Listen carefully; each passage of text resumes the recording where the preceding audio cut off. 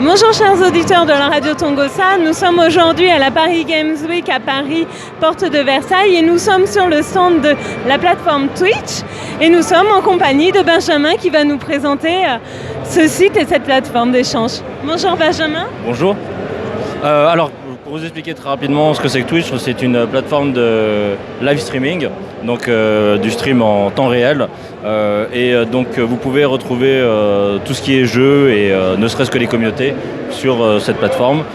Donc comment ça fonctionne, c'est que quelqu'un qui est chez lui avec son ordinateur, avec une webcam, peut partager avec le monde entier aujourd'hui le contenu des jeux vidéo auxquels il joue.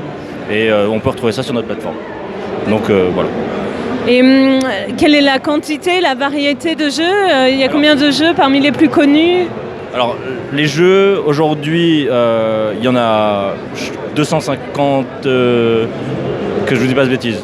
Mais non, il y en a plus de 3000 qui sont référencés, mais dans l'idée que tous les jours, dès qu'il y a un nouveau jeu qui sort, il sera référencé sur la plateforme. Donc ça va vraiment du jeu old school, comme du jeu rétro que les gens auxquels jouent, au jeu récent qui vient de sortir vraiment il y a une semaine, etc. Donc là, par exemple, je peux vous montrer qu'on découvre des jeux comme le dernier Call of Duty qui vient de sortir à l'instant, qui est sorti hier, et où le dernier Assassin's Creed qui est sorti il n'y a même pas 3 jours. Mais on retrouve souvent aussi également des jeux qui sont, on va dire, iconiques un peu de notre plateforme, comme League of Legends, Dota, Counter-Strike, qui sont des jeux qui ont des grosses communautés sur lesquelles les gens se retrouvent. Et une fois que vous êtes sur notre plateforme et que vous choisissez le jeu que vous voulez, après, on vous présente tous les différents, on appelle ça donc des streamers, qui vous présentent justement le contenu du jeu que vous avez choisi. Et vous pouvez donc faire une sélection sur comment jouer. Et en fait, en les regardant, vous apprenez soit à jouer, soit parce que ce sont des gens qui sont drôles, ce sont des gens qui... Donc il y a vraiment toutes sortes de communautés qui se retrouvent autour du jeu.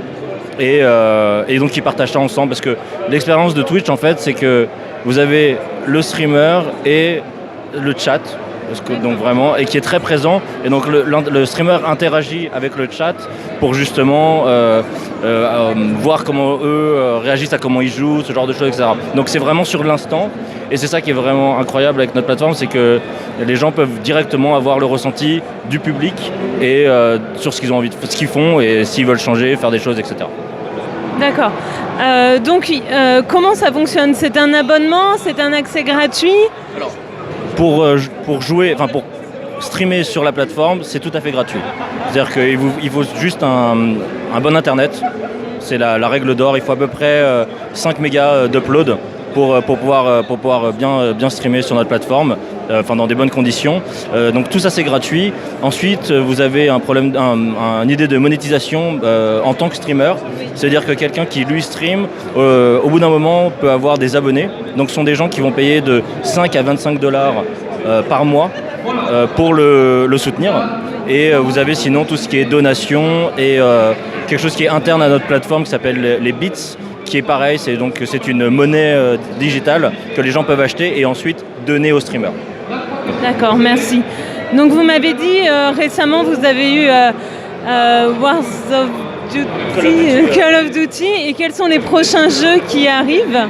Alors ça c'est comme tout le monde, c'est ce que je vous disais, c'est que si quelqu'un voit un jeu qui arrive et qui le fait, il va forcément rentrer dans la database de la plateforme. C'est-à-dire que c'est vraiment c'est selon les gens. Si on voit les gens qui demandent beaucoup, disons que les grands titres de tous les publishers, ils seront sur notre plateforme.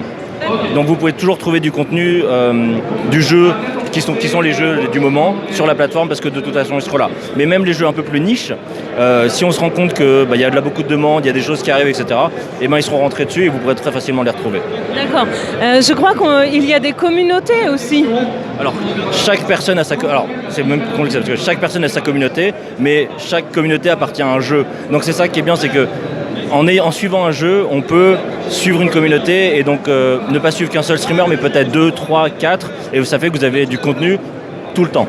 C'est-à-dire que peu importe quand vous vous réveillez, comme on est une marque très globale, que vous ayez envie de regarder quelqu'un en Amérique du Nord, en Europe, en Asie, tout le monde est là, tout le monde est présent, et ils vont proposer du contenu sur le jeu que vous aimez, etc. Peut-être vous pouvez nous montrer un exemple de communauté qu'il y a. vous avez accès? Non, mais là dans l'idée, en fait quand je vous dis une communauté, c'est juste que, par exemple, juste en revenant sur le jeu, je peux me rendre compte que tous les gens qui sont présents à l'heure actuelle, tout ça en fait, font partie d'une et même communauté puisque c'est le jeu League of Legends.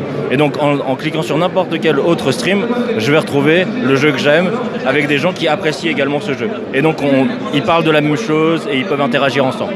D'accord, je vous remercie. Écoutez, chers auditeurs, on se retrouve bientôt et je vous laisse regarder le logo Twitch pour pouvoir retrouver facilement cette plateforme. Bonne journée à vous, au revoir. Merci. Merci.